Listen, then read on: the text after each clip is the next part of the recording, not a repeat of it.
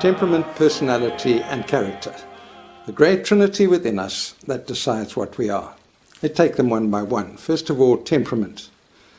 Temperament is my basic orientation towards the world. It's my angle of attack, if you like, or in some cases, my angle of defense.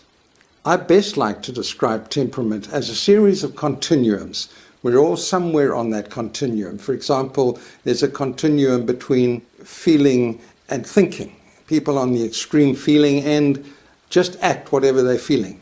People on the extreme thinking end might think so much that they never get round to action at all. Then I think there's a continuum of aggression and passivity. People on the extreme passive end, we call a tortoise. They're always pulling their head in, trying to keep out of trouble. People on the aggression end, we call a landmine. They blow up in your face at the slightest provocation. I think there's a continuum on levels of energy. I think I tend to be a little bit on the low side there. I need to sleep every afternoon. And by the time I'm 100, I'm sure I'll be like Bob Hope, who said, I sleep until noon and then it's time for my nap. And then there's a continuum between introversion and extroversion. Introvert doesn't mean to say that you're not good at human relations. You can be very good at them. The issue is that being with people actually depletes you and you need to get alone to recharge your batteries.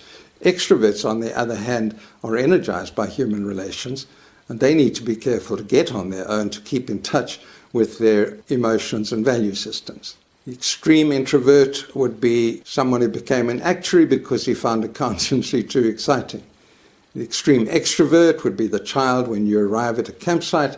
By the time you set up the tent, they know the name of everyone within 100 meters. And this is temperament. There's nothing good or bad about it. There's no sinful element. It's just who you are. You're born with it. It's in your genes. It's biological. One man I know was present at the birth of his 2 daughters. He said the first daughter came out and she looked at the world and said, "Hello world, hello dad." The second daughter came out, took one look at him and said, "You with the face, what do you want?" There it is at birth. We can't change it. All we can do is learn to live with it. Take up a career that's suitable to your temperament. For example, if you want to be a doctor, if you're an extrovert, then become a heart surgeon, funnily enough, because you have to spend a lot of time persuading people to undergo this terrible operation. If you're an introvert, become an anaesthetist. They spend all their time with people who are unconscious. And then we come to personality. Personality is the style of behavior we adopt in dealing with the world.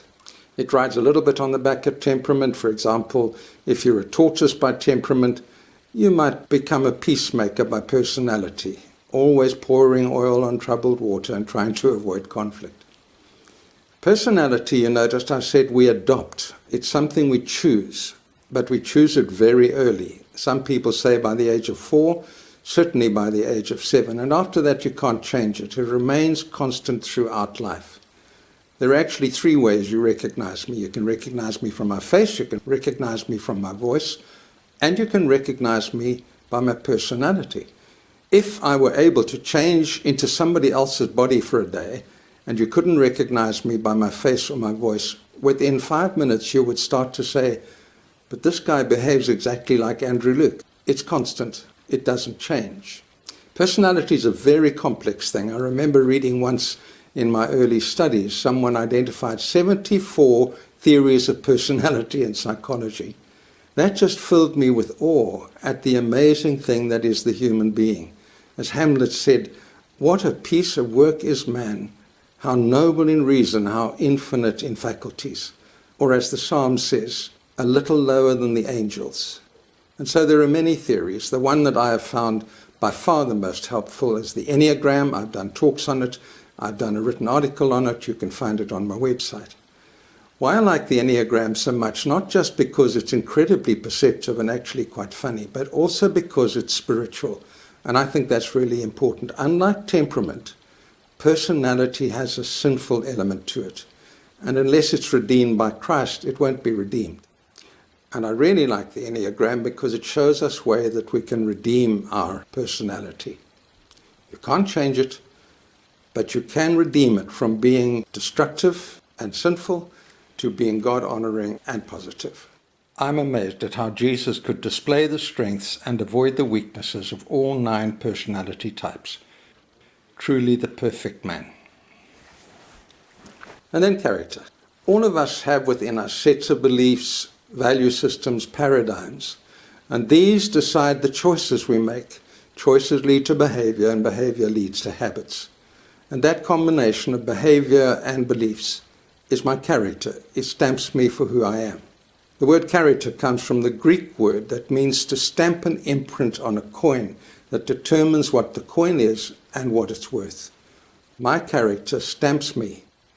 It determines who I am, and it shows my worth. Now, character, unlike the other two, is formed throughout life. Therefore, I have complete access to it to change it. My character was formed by a series of choices, and God has given us the ability to make other choices to reverse those. If I'm to change my character, there are two essential ingredients that I must have inside me. The one is conscience, the other is sense of responsibility.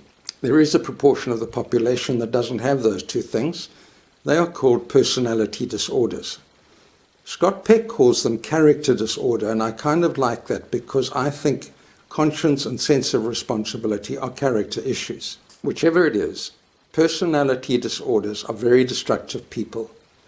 They never change because they have no sense of responsibility. Everything is someone else's fault. And because they have no conscience, they can do tremendous damage. Unfortunately, one of the characteristics of the personality disorder is that they can be very charming and believable, so they wheedle their way into people's confidence and even into high office and just do damage wherever they go. People to be avoided if you possibly can. But for the rest of us who don't have personality disorders and have a sense of conscience and responsibility, change is really possible. That's not to say change is easy, quite the contrary. Someone has said that changing a paradigm is the hardest thing you'll do in your life. Alcoholics Anonymous, which is perhaps the best organization in the world for changing difficult behavior, have 12 steps, and their first step is, I acknowledge that I'm helpless before my addiction.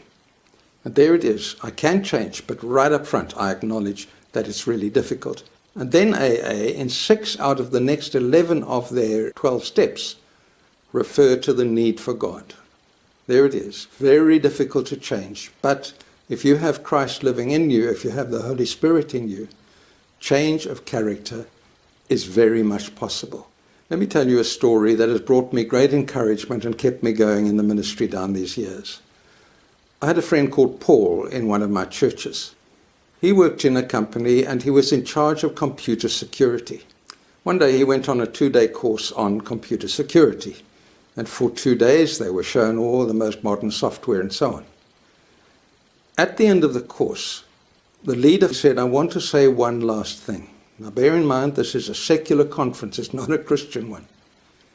He said all the software is all very well, but there's actually only one way to maintain security in your computer system, and that is to have honest people running it. And he said there's only one way to tell a person's trustworthiness, and that is their track record. Because, he said, a leopard doesn't change his spots.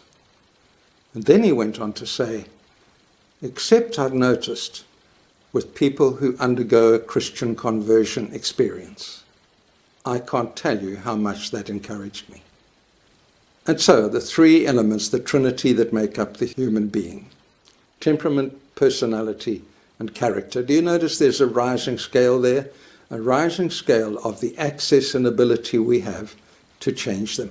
I've chosen these 3 flowers to represent them. The cactus, prickly, difficult to approach, hard to change. That's my temperament. The arum lily, beautiful, soft, more accessible. But the arum lily is always the arum lily. That's our personality.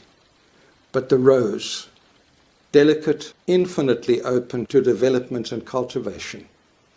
That's my character. It is possible to change. It requires great maturity. In fact, Scott Peck said one definition of maturity is someone who's willing to change their paradigms and their behavior throughout their lives. Or as Romans 12 put it, be transformed by the renewing of your mind.